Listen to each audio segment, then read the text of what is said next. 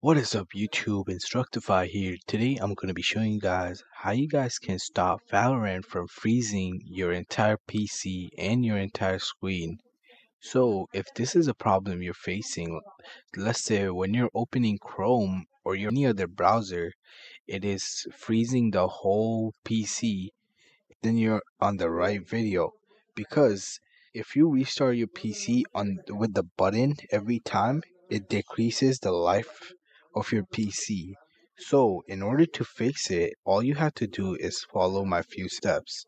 So first, what you want to do is go into settings. In settings, you want to go to gaming right here. In here, you want to go to game mode and graphics. You're going to want to choose Valorant and then choose options right here. Pick high performance. So if you have a higher graphics card, it's going to choose that and then press save.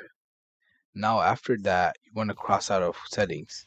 And that was how you guys could stop your PC from freezing every time you open the Chrome browser or anything while playing Valorant. If this video helped you guys out, make sure you guys like, subscribe, and leave a comment down below if you guys need any more help.